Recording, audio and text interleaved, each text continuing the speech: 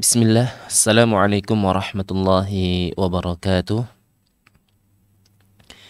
Alhamdulillah Rabbil Alamin. Hamdan kathira, tayyiban mubarakan fihi kama yuhibbu Rabbuna wa yarda. Wa ashhadu an la ilaha illallah wahdahu la sharika lah. Wa ashhadu anna Muhammadan abduhu wa rasuluh. Allahumma salli wa sallim wa zid wa barik wa an'im ala habibika wa rasulika Muhammadin wa ala alihi wa man sara ala nahjihi ila yaumiddin, amma ba'd. Kaum muslimin, pendengar radio muslim, pemirsa Haqqu TV yang dirahmati oleh Allah Subhanahu wa taala.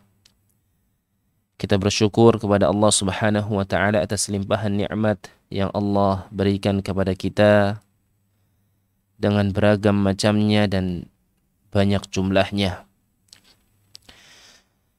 Kemudian salawat dan salam tidak lupa kita haturkan kepada baginda kita Nabi Muhammad sallallahu alaihi wasallam, juga kepada para sahabat, para tabi'in, tabi'ut tabi'in, dan kepada umatnya hingga hari kiamat kelak. Kaum muslimin yang dirahmati oleh Allah Subhanahu wa taala, insyaallah kita akan kembali melanjutkan kajian kitab Ad-Da'u wad-Dawa, karya dari Ibnu Qayyim Al-Jauziyah rahimahullahu ta'ala. Dan pada pagi ini kita masuk dalam pembahasan awhamun fid du'a. Ya. Di antara kaum muslimin, di antara manusia, ada di antara mereka yang mereka berpangku tangan dengan harap-harap, berpangku tangan dengan harapan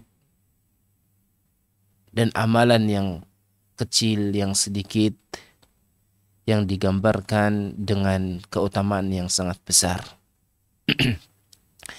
Kita akan lihat apakah hal itu sesuatu yang benar ataukah ada hal yang harus disempurnakan. Maka tentunya seseorang memiliki harapan kepada Allah Subhanahu wa taala, ini adalah suatu hal yang baik, satu hal yang bagus, suatu hal yang berpahala. Namun apakah cukup dengan harap saja kepada Allah tanpa dibuktikan dengan bukti nyata, dengan melakukan amalan-amalan, ketaatan-ketaatan kepadanya? Ibnu Qayyim Al-Jauziyah menegaskan hendaknya seseorang menghindarkan dirinya dari sekedar mengharapkan rahmat dan kasih sayang Allah Subhanahu wa taala tanpa menjalankan sebab-sebab datangnya rahmat itu. Seseorang hanya berpangku tangan dengan doa yang diucapkan dengan lisan tanpa dibarengi dengan taubat yang dibuktikan dengan sepenuhnya, dengan berusaha meninggalkan, dengan mohon ampun, dengan tekad kuat untuk meninggalkan, maka justru demikianlah yang seharusnya dilakukan, bukan hanya sekedar berpangku tangan dengan harapan dari Allah Subhanahu wa taala mendapatkan ampunan. Kata beliau, innal 'abda ya'rifu anna al-ma'siyata wal ghaflata min al-asbab al-mudirrah lahu fid dunya wa akhiratihi wala budda. Sesungguhnya seseorang itu memang mengetahui, memahami bahwasanya maksiat dan kelalaian itu termasuk di antara sebab yang membahayakan dirinya di dunia dan di akhirat. Dan itu satu hal yang pasti. Walakin, akan tetapi,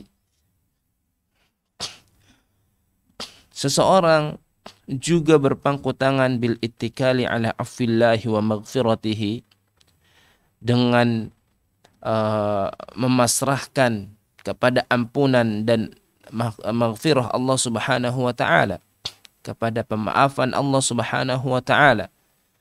Juga seseorang hanya berpangku tangan dengan bitaswifi bitaubah, dengan nanti saya akan tobat juga, nggak mungkin saya seperti ini terus, nanti ada saatnya saya akan bertaubat. Terkadang sebagian orang juga hanya berpangku tangan dengan bil istighfari bil lisan, dengan memohon ampun dengan lisan semata tanpa dibarengi dengan aksi nyata. Wataratan, dan terkadang ada di antara orang-orang juga berpangku tangan bi fi'lil mandubat, melakukan hal-hal yang sunnah. Hal-hal yang sunnah, sudah saya lakukan sunnah ini, ya, dan dia memiliki keutamaan seperti seumpamanya puasa Asyura, ya, dia akan memiliki keutamaan pengampunan 1 tahun. Kemudian dia setelah itu berpangku tangan, cukup dengan itu. Dia melakukan dosa dan dia kemudian puasa Asyura. Sudah dia berpikir 1 tahun penuh dia sudah mendapatkan ampunan. Ya, ini orang yang berpangku tangan dengan seperti ini, itu satu hal yang tidak benar. Wabil ilmi taratan, atau berpangku tangan dengan keilmuannya. Saya sudah paham, saya sudah memiliki keilmuan tentang ini. Udahlah, saya nggak perlu nasihat lagi karena saya sudah paham. Wabil ihtijaji bil qadari tarat, terkadang juga ada yang kemudian berpangku tangan dengan takdir. Saya sudah ditakdirkan seperti ini, mau gimana lagi? Ya, wabil ihtijaji bil asbahi wan nadhair taratan, dan ada juga orang yang berpangku tangan atau beralasan dengan adanya orang-orang yang semacam itu. Artinya orang-orang, saya nggak cuma sendirian melakukan ini, ya. Sehingga ada orang mengatakan, ya, kalau melakukan kesalahan sendirian itu rasanya lebih tertekan dibandingkan melakukan kesalahan bersama, ya. Sehingga apa? Sehingga dia berpikir, saya melakukan dosa ini bukan sendirian, yang lain juga melakukan, biasa toh, gak usah terlalu berperasaan, yang lain pun sama, yang lain juga melakukan hal yang sama, ya. Ada yang beranggapan demikian ketika dia melakukan dosa. Ada juga bahkan wal iqtida bil akabir. Ada orang-orang yang mengikuti, ya, orang yang sudah senior. Udah, si fulan saja yang senior dari sisi ini dan itunya dia melakukan itu, masa saya nggak boleh? Ya. Ya, ini semua adalah prasangka-prasangka yang seakan membenarkan perbuatan dia. Ada yang modusnya tadi, motifnya mengikuti orang yang lebih senior sehingga dia merasa saya lebih layak untuk melakukan hal ini, kesalahan ini, yang senior saja melakukannya. Ada yang kemudian dia beralasan Allah Maha Pengampun, Allah memberikan ampunan dengan melakukan kita amalan ini dan lain sebagainya. Maka itu semua adalah prasangkaan yang tidak benar, ya, karena dia hanya berpenuh harap kepada sesuatu yang tadi kita sebutkan, ya. Dan dia tidak membarengkan prasangkaan baik kepada Allah Subhanahu wa taala dengan amal saleh yang dilakukan olehnya, dengan ketaatan kepada Allah Subhanahu wa taala.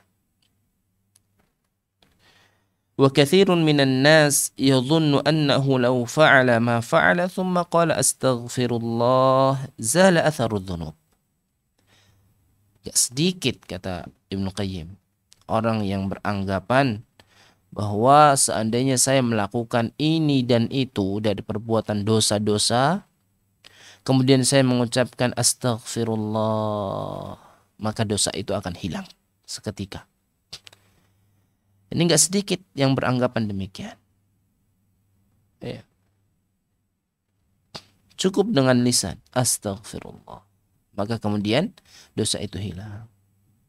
Dan tentu hal ini adalah hal yang keliru, oleh karenanya disebutkan oleh Ibnu Qayyim al-Jauziyah. Bahkan di antara mereka, kata Ibnu Qayyim al-Jauziyah, ada yang berdalil dengan Quran, dengan hadis, ya. Dan dalil-dalil itu disebutkan oleh dia untuk kemudian dia berpangku tangan kepada rahmat dan ampunan Allah Subhanahu wa taala tanpa melakukan ketaatan yang lainnya. Sebagai contoh, ya, Kata Ibnu Qayyim al-Jauziyah, qala li rajulun minal muntasibina ilal fiqhi. Ya. Ada orang yang mengatakan kepada saya, dan dia adalah termasuk orang yang ya dianggap ahli fiqih. Ana af'alu ma af'alu. Saya melakukan semua yang ingin saya lakukan. Ya, walaupun itu adalah perbuatan dosa. Ya dilakukan. Summa aqul, kemudian saya mengucapkan subhanallah wa bihamdih mi'ata marrah. Subhanallah wa bihamdih sebanyak 100 kali. Wa qad ghufira dzalika ajma'u. Dan dengan itu dosa-dosa saya telah diampuni. Ya. Dan dia mengatakan itu bukan dengan omong kosong, tetapi dia mengatakan itu dengan dalil. Dan benar, hadis datang dari sahabat Nabi SAW yang diriwayatkan oleh Imam Bukhari.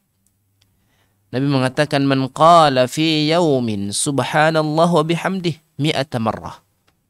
Barang siapa yang mengucapkan subhanallah wa bihamdihi dalam sehari sebanyak 100 kali, huttat anhu khatayah, akan dihapuskan darinya semua kesalahan. Walau kanat mithla zabadil bahri, sekalipun kesalahan itu sebanyak seperti buih di lautan.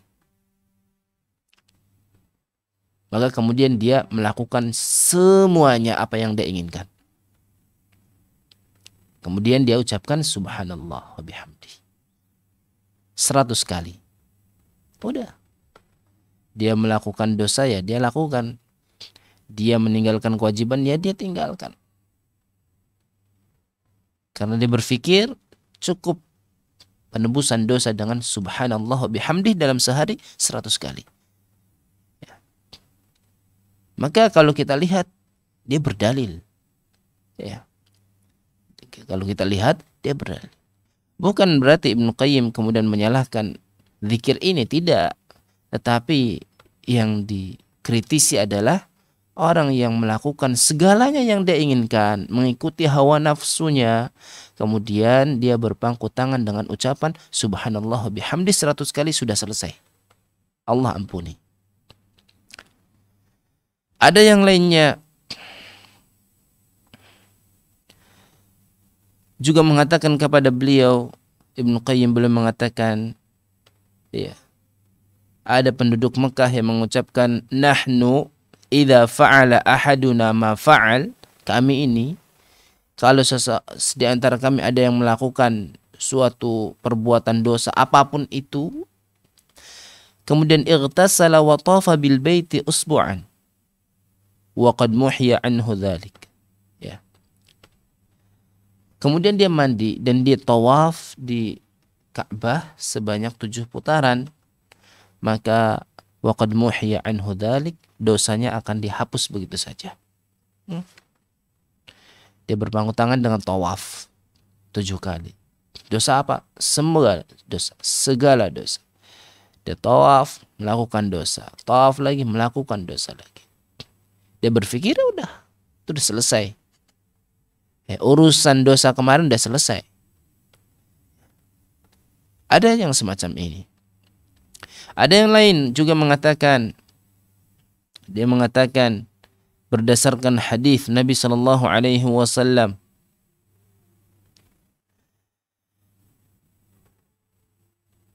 Rasulullah bersabda, "Adznaba 'abdun dzanban, faqala ayy rabbi inni asabtu dzanban faghfir li, faghfara lah." Ya, ada seorang hamba yang melakukan dosa, kemudian dia mengatakan, "Ya Rabb, saya terjerumus kepada dosa ini, ampunilah saya ya Allah." Maka dia pun diampuni. Thumma makatha ma syaa Allah, kemudian berlalu waktu, dia kembali mengulangi dosa itu. Thumma adznaba dzanban akhar, dia melakukan dosa yang lainnya lagi. Faqala rabbi inni asabtu dzanban faghfirli, faghfara lah. Kemudian dia mengatakan setelah dia melakukan dosa yang berikutnya, ya Allah, aku terjerumus kepada dosa berikutnya, maka ampunilah saya. Kemudian dia diampuni. kemudian berlewat lagi waktu, kemudian dia melakukan dosa lagi dan dia memohon ampun lagi kepada Allah dan diampuni. Ini disebutkan hadis ini. Ini kita sedang menyebutkan hadis. Maka setelah itu kemudian Allah berfirman, "Alima 'abdi anna lahu rabban yaghfiru dzanba wa ya'khudhu bih." Hambaku ini tahu bahwa dia memiliki Rabb yang mengampuni dosa-dosanya dan mengambil dosa-dosanya. Qad ghafartu li 'abdi, maka aku ampuni dosa-dosa hambaku. Falyasna' ma syaa. Ya, nih yang menjadi dalil dia. Falyasna' ma syaa, maka hendaknya dia melakukan apapun yang dia inginkan. Lakukanlah apapun yang diinginkan, kemudian nanti dia mohon ampun, dah diampuni. Ya. Kemudian dia mengatakan setelah membaca hadis ini, ya, orang tersebut yang datang kepada Ibnu Qayyim mengatakan, "Ana la asyuk anna li rabban yaghfiru dzanba." Saya enggak ragu, saya itu punya Rabb yang mengampuni dosa-dosa saya dan mengambil dosa-dosa saya. Maka dia kemudian melakukan apapun yang diinginkan oleh hawa nafsunya dari dosa-dosa. Yang penting saya cukup meyakini saya punya Allah, saya punya Rabb yang mengampuni saya, dan saya bisa melakukan apapun itu. Ya. Maka ini adalah prasangkaan dia, yang tentunya dia tertipu dengan prasangkaan tersebut. Sehingga dia mengikuti hawa nafsunya terus, apapun yang diinginkan, dihasut oleh hawa nafsunya, dia lakukan. Dia tidak mengerem dirinya, dia tidak menahan hawa nafsunya, dia ikuti semua arahan hawa nafsunya.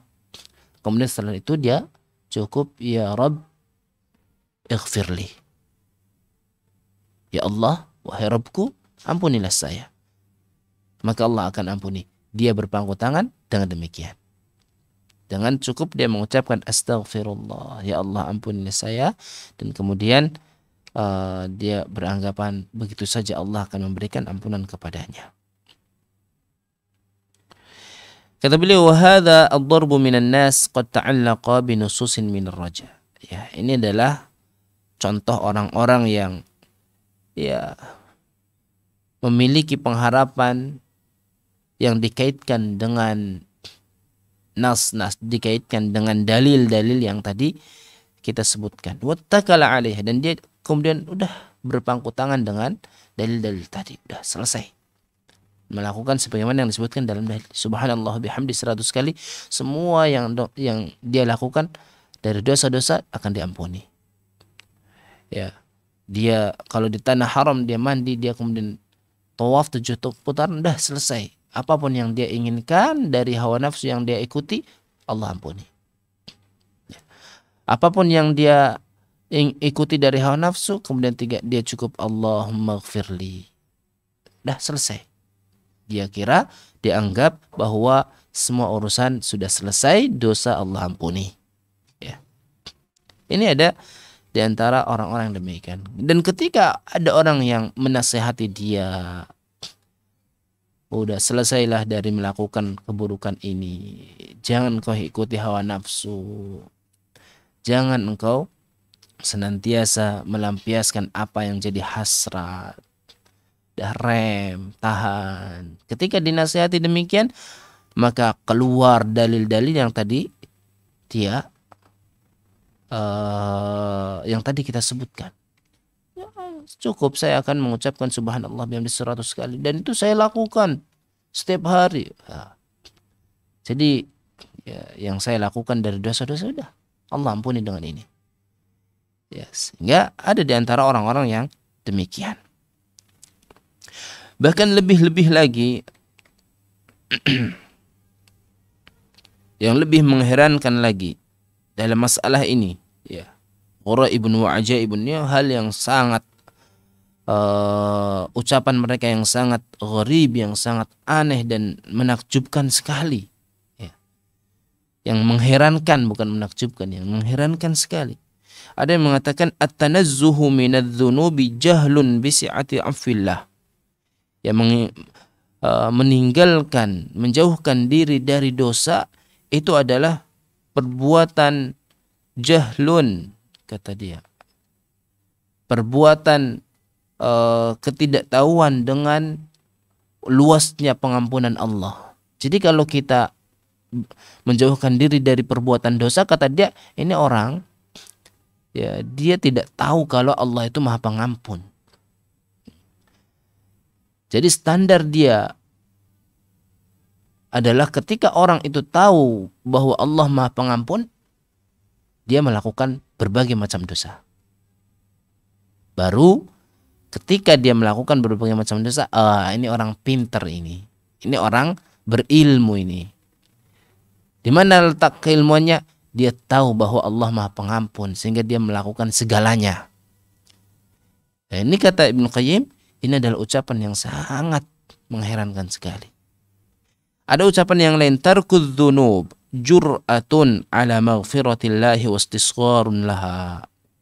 Kata ada orang juga yang mengatakan, kata Ibnu Qayyim, bahwa meninggalkan dosa itu adalah sebuah perlawanan terhadap keyakinan atas Allah Maha Pengampun dan menganggap kecil terhadap Allah Subhanahu wa Ta'ala. Orang yang meninggalkan dosa itu dianggap bahwa dia berkeyakinan bahwa Allah itu tidak Maha Pengampun.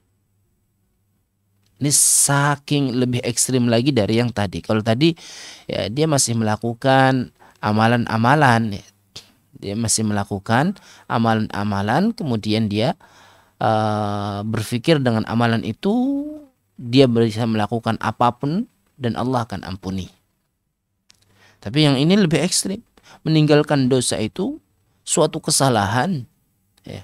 Bukan melakukan dosa yang suatu kesalahan, tetapi meninggalkan dosa, tidak melakukan maksiat, ya, atau melakukan maksiat itu suatu kesalahan. Tidak melakukan maksiat itu suatu kesalahan, kata dia. Jadi kalau sebaliknya, melakukan dosa itu suatu kebenaran. Di mana letak kebenarannya, kata dia?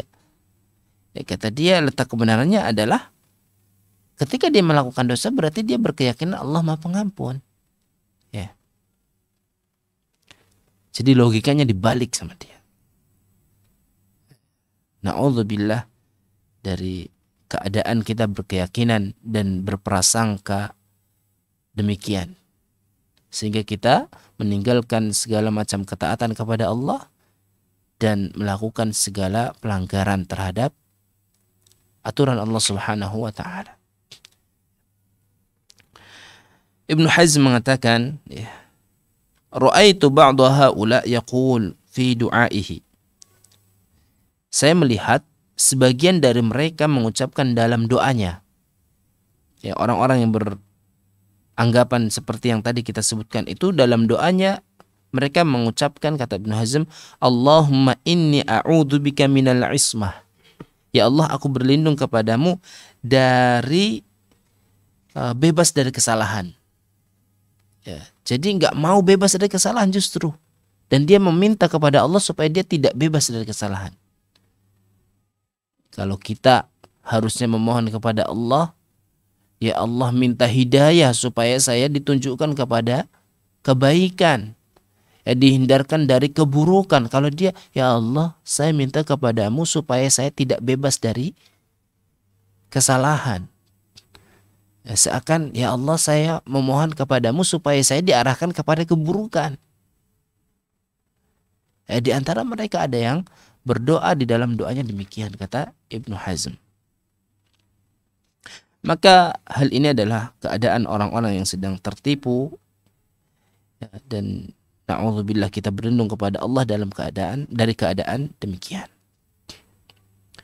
Mereka tertipu dengan seakan berdalil dengan firman Allah Subhanahu wa Ta'ala, innallaha yaghfirudz dzunuba jami'a. Sesungguhnya Allah itu mengampuni semua dosa. Udah semua dosa Allah ampuni. Jadi dia melakukan semua maksiat.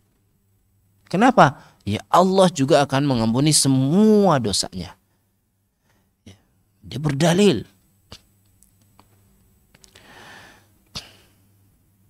Fa innahu yaghfiru dzanba kulli. Padahal ya, Allah ia mengampuni dosa.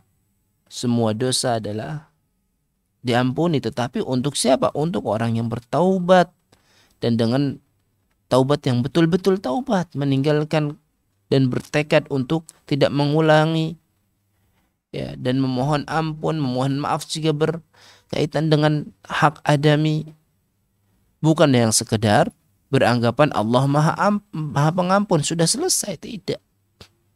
Ketika kita, kata Ibnu Qayyim, ketika kita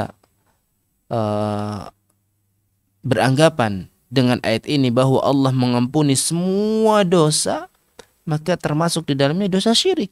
Dan itu adalah suatu hal yang keliru. Karena Allah menyebutkan dalam ayat yang lain bahwa innallaha la yaghfiru an yushraka bihi wa yaghfiru ma duna dzalika liman yasha. Allah Subhanahu wa taala tidak akan mengampuni dosa orang yang melakukan kesyirikan. Dan Allah akan mengampuni dosa yang di bawah itu bagi orang yang dikehendaki. Bagi orang yang dikehendaki. Bukan semua kemudian diampuni begitu saja. Ada tahapan untuk mendapatkan ampunan dari Allah Subhanahu wa taala. Ini hanya alasan orang yang ingin mengikuti hawa nafsu. Kemudian dia mengatakan innallaha yaghfirudz dzunuba jami'a. Semua dosa akan Allah ampuni. Kalau itu yang terjadi, maka ancaman yang ada itu akan tidak berlaku lagi. Kalau kita hanya berpangku tangan dengan roja, dengan pengharapan kemudian selesai, dan Allah akan berikan apa yang kita harapkan, lalu apa fungsinya dari ayat, hadis yang menyebutkan tentang wa'id, ancaman-ancaman? Apa fungsinya? Maka tidak berlaku lagi. Dan padahal Al-Quran maupun hadis tidak ada yang sia-sia. Ayat tentang wa'id, tentang ancaman, tidak sia-sia. Ayat tentang janji juga tidak sia-sia. Ya, semuanya berlaku. Ya, semuanya berlaku. Kemudian kaum muslimin yang dirahmati oleh Allah Subhanahu wa taala, tadi kita juga sempat sebutkan, disebutkan oleh Ibnu Qayyim sebagai contoh, ya, ada orang-orang yang kemudian tertipu dengan bahwa saya telah melakukan sunnah ini. Ketika dia telah melakukan sunnah ini dan sunnah itu yang memiliki keutamaan ini dan itu, maka dia kemudian berpangku tangan dengan melakukan segala macam dosanya. Maka itu satu hal yang keliru. Ya, di sini beliau contohkan orang yang terus-menerus dalam perbuatan dosa, dia beranggapan cukup saya dengan puasa Asyura atau puasa Arafah. Sehingga dia mengatakan shaumu yaumi Asyura yukaffiru dzunubal 'am kulliha. Dan puasa Asyura itu mengampuni dosa semua dalam setahun. Dia berpikir demikian. Padahal tidak demikian. Dia cukup berpangku tangan dengan puasa Asyura dan dengan keutamaan yang lain. Padahal kalau kita berpikir bahwasanya puasa Asyura memiliki keutamaan pengampunan dosa. Tetapi lihat dalam hadis lain Nabi SAW menyebutkan tentang Ramadan. Ya, jelas puasa Ramadan lebih utama dari puasa seluruhnya. Puasa Asyura, puasa Arafah, puasa Ramadan lebih utama. Tetapi pun puasa Ramadan Allah akan jadikan dia sebagai kafarat dari dosa. Ketika apa? Idza jtunibatil kabair, ketika dia menghindari dosa besar. Itu puasa Ramadan. Maka bagaimana dengan puasa sunnah yang tidak lebih agung dari puasa Ramadan? Ia memiliki keutamaan itu, tetapi kemudian kita tidak berpangku tangan dengan berpikir, dengan beranggapan bahwa puasa tersebut memiliki keutamaan, ya, pengampunan. Dah selesai, kemudian kita lakukan segala dosa. Tidak. Ya. Tetap kita harus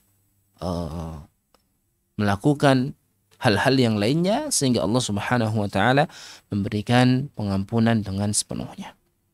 Kita lihat ada di antara mereka yang beranggapan bahwa semua ini adalah tergantung kepada prasangka kita kepada Allah Subhanahu wa taala.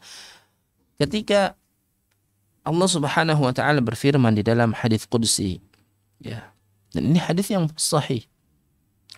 Ana inda husni dhanni 'abdi bi.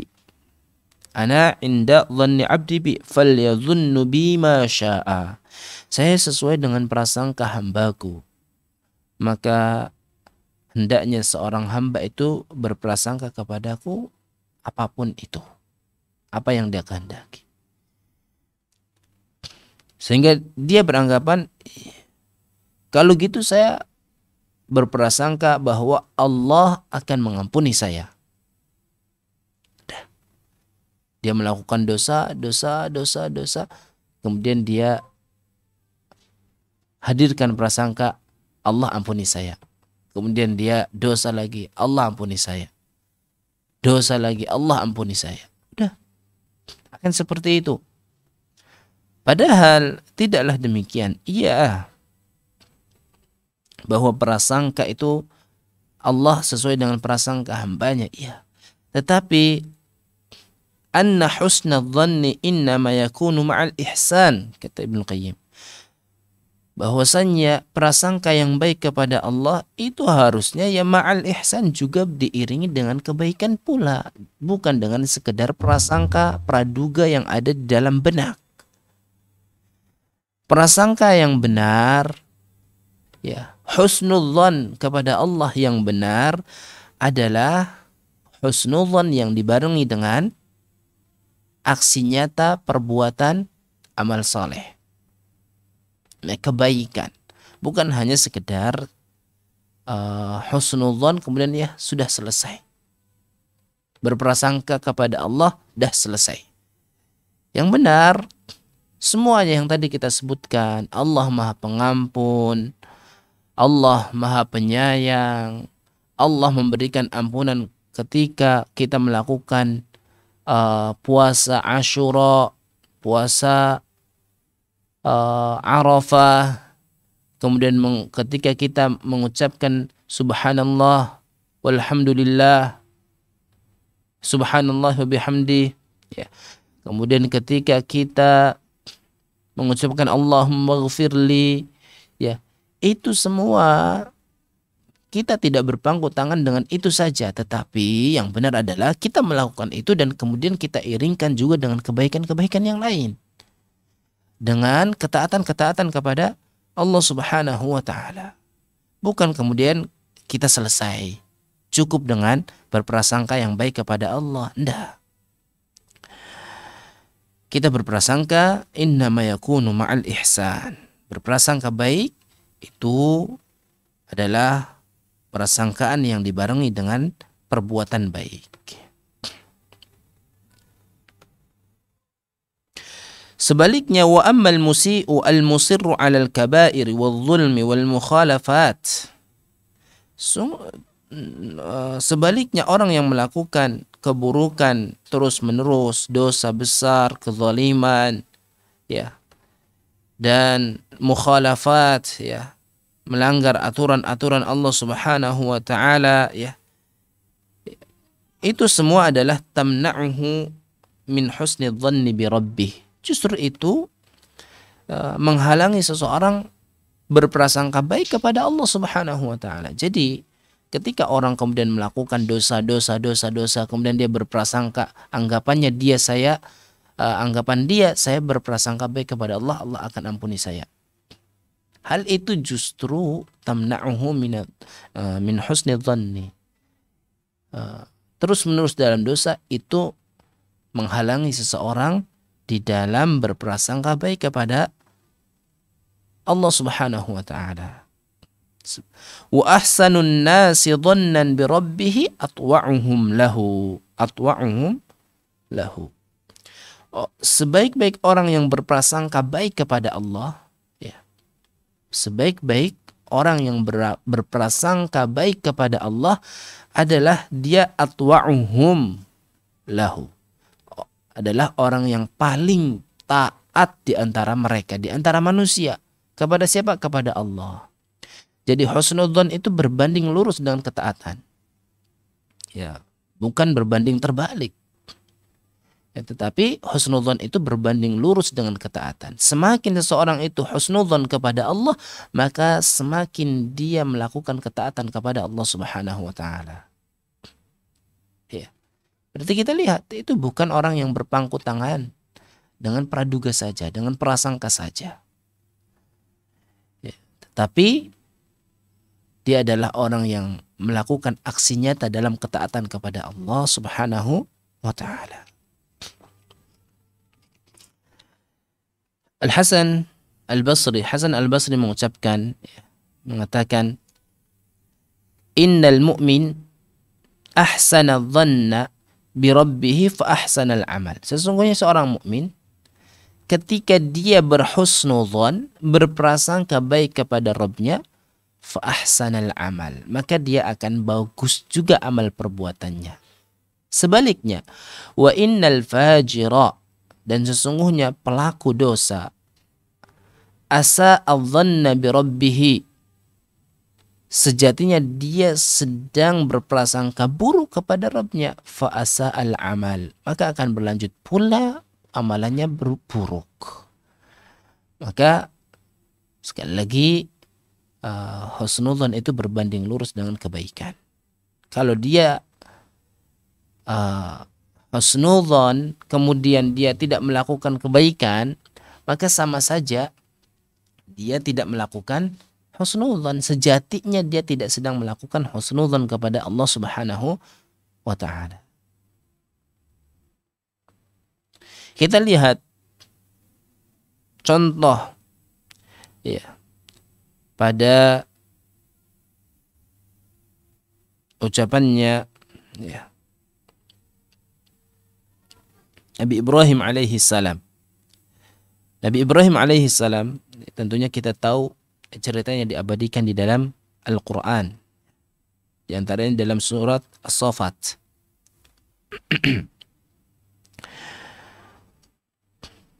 Kata Ibnu Qayyim, fa in kana yanfa'uhum qawluhum hassanna dhununana bika annaka lan tu'adzib zaliman wala fasiqan. Ya. Kalau ucapan mereka itu adalah ucapan yang bermanfaat, ya, yaitu bahwasannya baiknya prasangka kepada Allah Subhanahu wa taala itu akan membuat seseorang itu tidak diazab. Orang pelaku zalim sekalipun tidak diazab, seorang fasik tidak akan diazab. Kenapa? Karena orang zalim, orang fasik tadi berprasangka Allah akan mengampuni dan Allah tidak akan mengazab. Falyasna' al-'abdu ma syaa wal yartakib kulla ma nahahu Allahu anhu wal yuhassin dhannahu billah fa innan nar la tamassuhu. Coba berprasangkalah kepada Allah dengan prasangka yang dia inginkan bahwa Allah tidak akan mengazab dia. Maka dia lakukanlah semua hal yang dia inginkan, yang Allah larang dia lakukan. Cukup husnudzon kepada Allah. Api neraka tidak mungkin akan menyentuh dia. Kalau itu benar kata Ibnu Qayyim, prasangka itu cukup membebaskan seseorang dari azab Allah, cukup membebaskan seseorang dari api neraka. Prasangka itu cukup untuk membebaskan seorang dari api neraka. Kita lihat Ibrahim mengatakan yang diabadikan dalam Al-Quran, aifkan alihatan dunallahi turidun. Ya. Ya. Fama dhannukum birabbil alamin. Ada ilah selain Allah yang kalian inginkan, kemudian nanti kelak di akhirat, fama dhannukum birabbil alamin. Apa prasangka kalian tentang Rabbul Alamin? Ya. Ay fama dhannukum bihi ay yaf'ala bikum idza laqitumuhu wa qad abidtum ghairah. Apa prasangka kalian kira-kira nih kelak di akhirat? Bagaimana prasangka kalian? Kira-kira anggapan kalian? Ya. ketika kalian ketemu dengan Allah, padahal dalam keadaan kalian telah menyembah selain Allah. Kira-kira bagaimana anggapan kalian?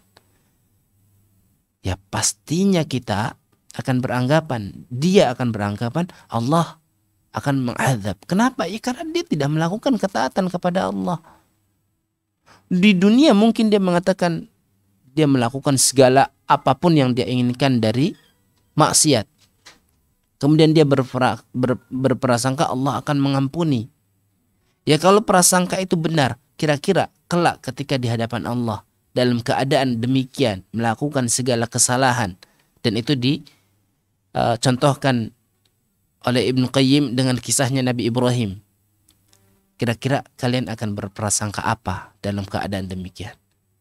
Ya pasti akan prasangkanya dan prasangka buruk, yaitu Allah akan mengadab. Kenapa?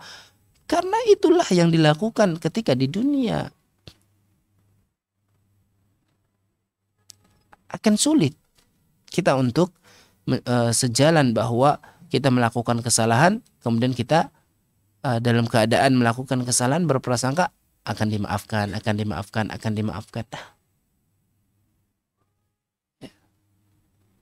Padahal kita telah melakukan kesalahan yang fatal. Maka sungguh benar kata apa yang dikatakan oleh Ibnu Qayyim al-Jauziyah sebelumnya, bahwa ahsanan nasi dhannan bi rabbihim atwa'uhum lahu. Orang yang paling berhusnudzon kepada Allah adalah orang yang paling melakukan ketaatan kepadanya, yaitu kepada Allah Subhanahu wa ta'ala. Baik kaum muslimin, pemirsa Haku TV, pemendengar radio Muslim yang dirahmati oleh Allah Subhanahu wa ta'ala, kita simpulkan bahwasannya anna husnul dhanni billahi huwa husnul amal. Bahwasannya orang yang berhusnudzan, berprasangka baik kepada Allah Subhanahu wa taala, dialah orang yang melakukan amalan yang baik pula. Ya.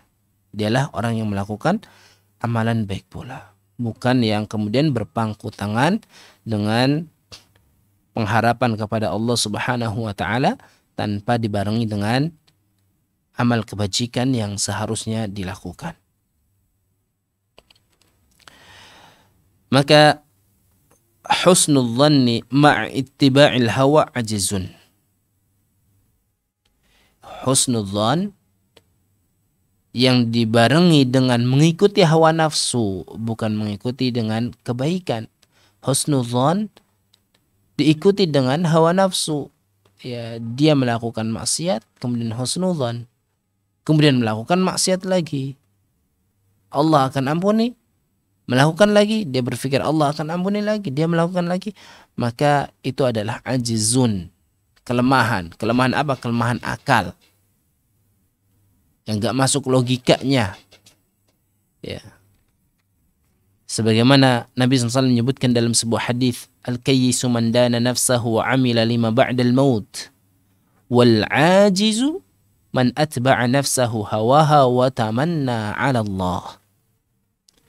Orang yang cerdas adalah orang yang mengevaluasi dirinya dan melakukan apa yang bermanfaat untuk setelah kematiannya. Dan orang yang lemah, lemah akalnya adalah orang yang man atba'a nafsahu hawa, yang mengikuti hawa nafsunya, wa tamanna 'ala Allah, kemudian setelah itu dia berharap kepada Allah Subhanahu wa taala, berangan-angan kepada Allah Subhanahu wa taala. Artinya orang yang husnudzon kepada Allah tanpa dibarengi dengan ketaatan, tanpa dibarengi dengan kebajikan yang dilakukan, itu adalah tamanna. Itu adalah angan-angan, bukan harapan. Yaitu bukan harapan. Harapan itu adalah sesuatu yang dibarengi dengan bukti nyata, langkah real. Tetapi kalau harapan yang tidak dibarengi dengan langkah nyata, maka itu adalah angan-angan yang tidak mungkin akan tercapai. Baik kaum muslimin yang dirahmati oleh Allah Subhanahu wa taala, ya. Kita tutup pertemuan ini dengan bukti bahwa harapan tidaklah cukup, namun dia adalah harapan akan berarti ketika dibarengi dengan langkah nyata melakukan ketaatan, sebagaimana Allah berfirman di dalam surat Al-Baqarah ayat 218 dan di surat An-Nahl ayat 110. Allah berfirman, "Innal ladzina amanu wal ladzina hajaru wa jahadu fi sabilillah ulaika yarjuna rahmatallah." Sesungguhnya orang-orang yang beriman, orang-orang yang beriman dan orang-orang yang berhijrah dan berjihad di jalan Allah Subhanahu wa taala, mereka lah orang-orang yang mengharapkan rahmat Allah Subhanahu wa taala. Jadi bisa kita katakan, siapa mereka yang mengharapkan rahmat Allah? Mereka adalah orang yang beriman dan berhijrah. Hijrah ini amal. Wajahadu, berjihad. Jihad ini juga adalah amal. Ya.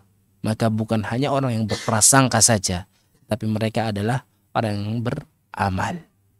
Kemudian Allah berfirman pula dalam ayat yang lain, "Tsumma inna rabbaka lilladzina hajaru min ba'di ma futinu tsumma jahadu wa sabaru inna rabbaka min ba'diha laghafurur rahim."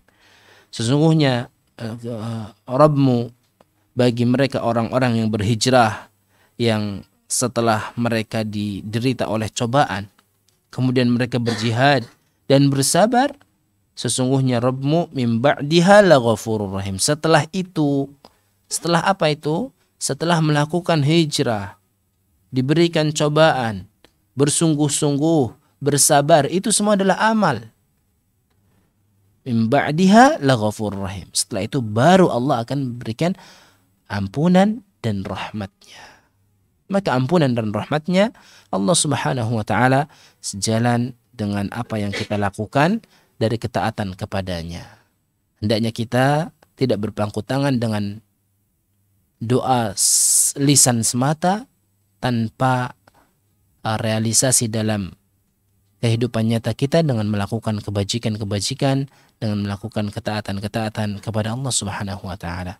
Demikian kaum muslimin yang dirahmati oleh Allah Subhanahu wa taala, semoga Allah berikan hidayah kepada kita untuk kita terus memanjatkan doa kepada Allah Subhanahu wa taala, berprasangka baik kepada Allah Subhanahu wa taala, dan prasangka baik tersebut Allah iringkan dengan hidayahnya kepada kita untuk melakukan ketaatan, kebaikan-kebaikan.